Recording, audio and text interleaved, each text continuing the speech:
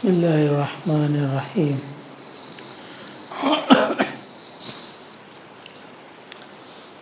نحمده ونصلي ونسلم على رسوله الكريم. أما بعد فأعوذ بالله من الشيطان الرجيم. بسم الله الرحمن الرحيم.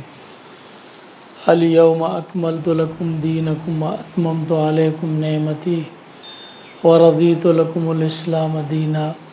صدق الله العظيم. اللهم صل وسلم وبارك على سيدنا ومولانا محمد وعلى آله وصحبه كما تحب وترضى عدد ما تحب وترضى. میرے محترم عزیزو، اللہ جل شانہ کا بہت بڑا احسان ہے کہ اللہ تبارک و تعالی نے ہمیں اس دین کی مجلس میں جمع ہونے کی، سننے سنانے کی اللہ نے ہمیں توفیق عطا فرمائی. یہ اللہ کا بہت بڑا احسان ہے. اللہ تبارک و تعالی نے ہمارے نبی رحمت العالمین جناب نبی کریم علیہ السلام پر جو اپنا کلام اتارا، اس کلام کی آخری آیت اور آخری حصہ جو اترا، جو تمام امت کے لیے خوشی کا باعث ہے، وہ یہ کہ اللہ نے اعلان کر دیا کہ آج میں نے تمہارے لیے تمہارے دین کو مکمل کر دیا. دین کے کمال کا اعلان ہو چکا. تو اسی آیت کے ماتحت حضرت امام بخاری رحمۃ اللہ علیہ فرماتے ہیں کہ اگر کوئی چیز بھی بچ جاتی ہے دین سے تو اس کو کمال نہیں بلکہ ناقص کہا جائے گا. اور اللہ نے کیا فرمایا کہ میں نے کامل کر دیا. تو کمال کا مطلب یہی ہے کہ کوئی بھی اس کے اندر نقص نہیں ہے، نہ کمی ہے نہ پیشی ہے، کوئی بھی چیز بالکل خالی. اور ایک حدیث میں ہے، وہ بھی بخاری شریف کی ہے، ان رجل سائر الرات اتى النبي صلی اللہ علیہ وسلم وله دوی كدوی النحل نسمع صوته ولا نفقه ما يقول. کہ نجد سے ایک شخص آیا جس کے بال بکھرے ہوئے تھے آپ صلی اللہ علیہ وسلم کی مجلس میں، اور ہم اس کی آواز سن رہے تھے کہ وہ جس طرح سے بھن بھناٹ کی آواز ہوتی ہے شہد کی مکھیوں کی، اس طرح سے آواز سننے میں آ رہی تھی اور ہم سمجھ نہیں رہے تھے کہ وہ کیا کہتا ہے. فلما دنا، جب وہ آپ صلی اللہ علیہ وسلم کے قریب ہوا تو اس نے عجیب طرز انداز سے حضور سے سوالات کیے. اس نے کہا کہ میں تم سے پوچھتا ہوں، کیا آسمان و زمین کو اور اس کے اندر جتنی چیزیں ہیں اس کو اللہ نے پیدا کیا ہے؟ تو حضور نے فرمایا ہاں، اللہ نے پیدا کیا. تو کہا کہ پھر اس ذات کی قسم جس نے زمین و آسمان کو اس کے اندر جتنی چیزیں اس کو پیدا فرمایا، کیا اللہ نے تمہیں نبی بنا کے بھیجا ہے؟ تو حضور نے فرمایا ہاں، مجھے نبی بنا کے بھیجا ہے. پھر پوچھا کیا اللہ نے تمہیں حکم کیا ہے کہ ہم 5 وقت نماز پڑھیں؟ تو فرمایا کہ ہاں. پھر پوچھا کہ کیا اس کے علاوہ بھی اور کچھ ہے؟ تو حضور نے فرمایا نہیں، اس کے علاوہ یہ کہ آپ نفل پڑھ سکتے ہو. اس طرح روزے کے بارے میں پوچھا، صدقات کے بارے میں، زکوٰۃ کے بارے میں پوچھا. یہ پوچھ کر اور آخر میں کیا کہتا ہے، فوالذی بعثک بالحق لا ازید علی ھذا ولا انقص. قسم اس ذات کی جس نے آپ کو سچا نبی بنا کے بھیجا ہے، میں اس میں نہ زیادتی کروں گا اور نہ نقصان کروں گا. ہاں،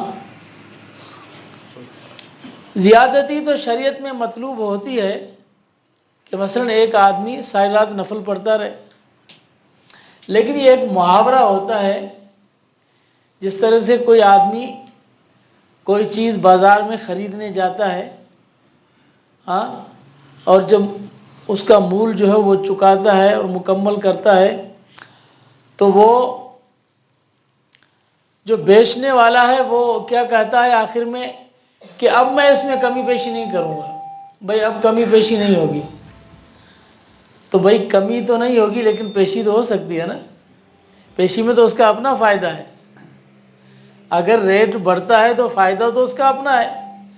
تو کمی پیشی کا لفظ محاورہ ہوتا ہے کہ آدمی جب بولتا ہے تو وہ یہ کہتا ہے کہ میں کمی پیشی نہیں کروں گا، حالانکہ ایک میں فائدہ ایک میں نقصان ہے، یہ محاورہ ہے۔ تو اس نے بھی یہ کہا کہ فوالذی بعثک بالحق لا ازید علی ھذا ولا انقص، کہ قسم اس ذات کا جس نے آپ کو برحق نبی بنا کے بھیجا، میں اس میں کمی پیشی نہیں کروں گا، یہ محاورتاً بولا۔ تو حضور نے کیا فرمایا؟ افلح الرجل، اب یہ شخص کامیاب ہوگا۔ فلما واللہ، اور دوسری روایت میں یہ ہے کہ جب وہ جانے لگا تو حضور نے فرمایا من اراد ان ينظر الى رجل من اہل الجنت فلينظر الى هذا، جو شخص چاہے کسی جنتی شخص کو دیکھے تو اس کو دیکھ لے۔ یعنی جناب نبی کریم علیہ الصلاۃ والسلام نے معیار کیا بنایا؟ اس شخص کو جنتی بتلایا جو دین کے تمام فرائض کو جانتا ہو، اس پہ عمل کرتا ہو اور اس پہ کمی پیشی نہ کرنے کا یقین رکھتا ہو کہ دین میں کوئی کمی پیشی نہیں ہے۔ تو حضور پر جب اعلان ہوا دین کے کمال کا اور امت کا وہ فرد جو اس میں یقین رکھتا ہے کہ یہ دین کامل ہے اور اس میں کمی پیشی کا کوئی بھی اندازہ نہیں ہے، تو وہ جنتی ہے۔ یہ ہے معیار۔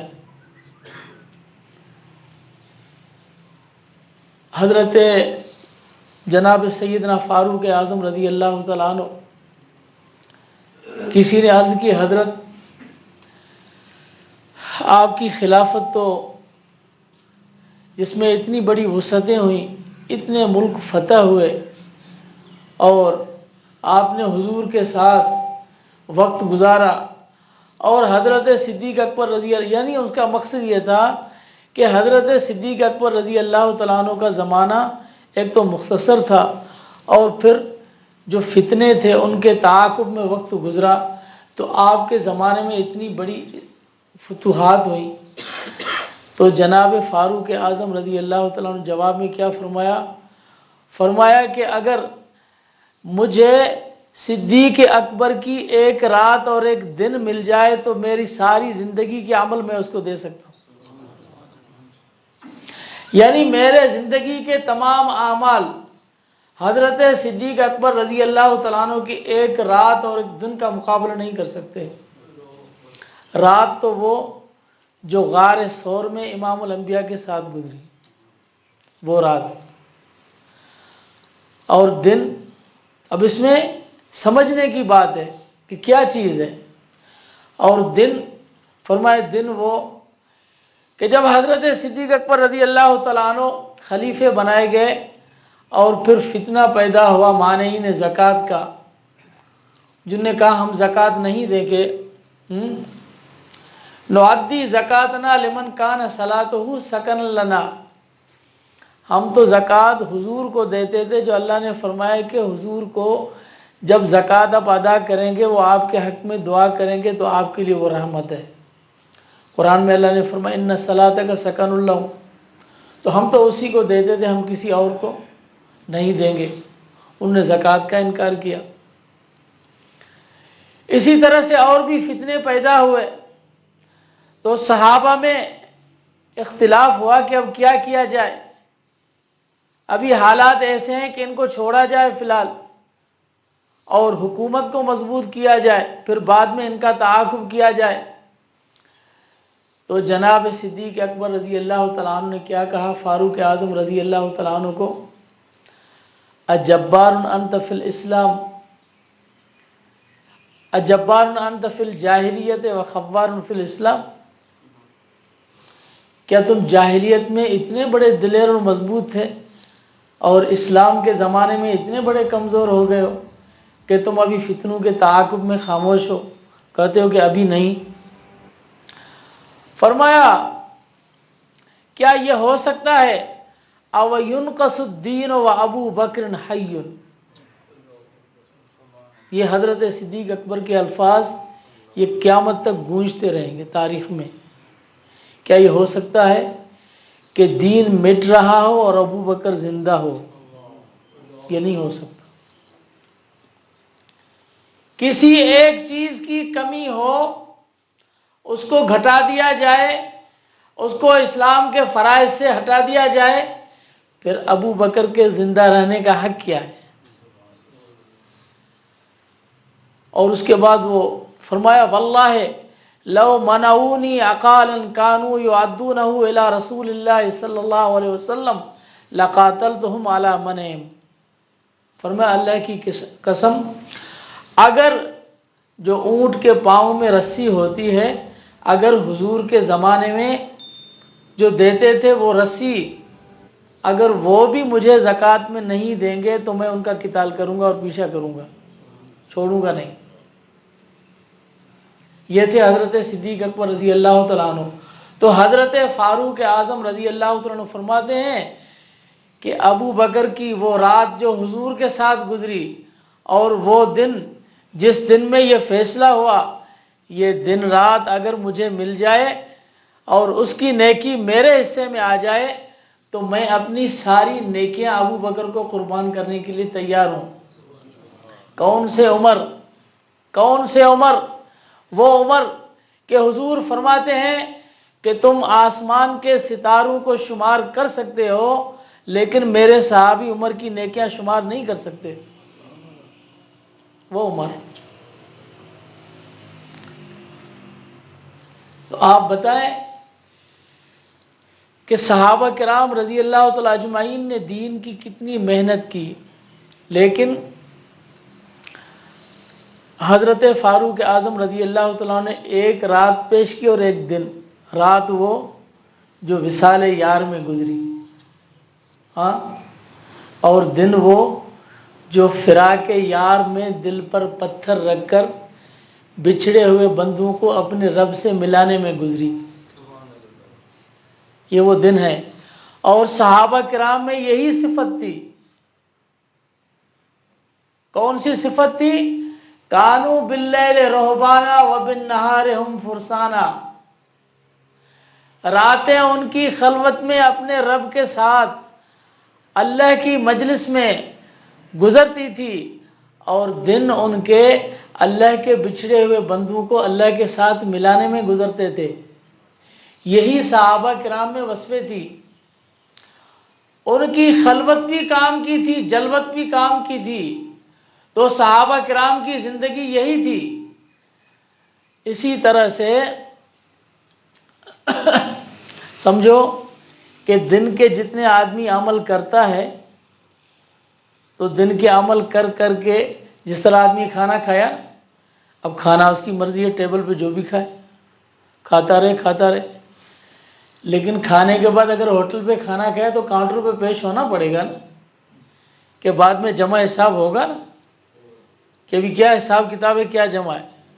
ہاں، تو دن کو آدمی جو بھی عمل کرتا ہے یہ کر کر کے رات کو گویا کہ کاؤنٹر پہ اس کا حساب ہوتا ہے، اللہ کے سامنے پیشی ہوتی ہے.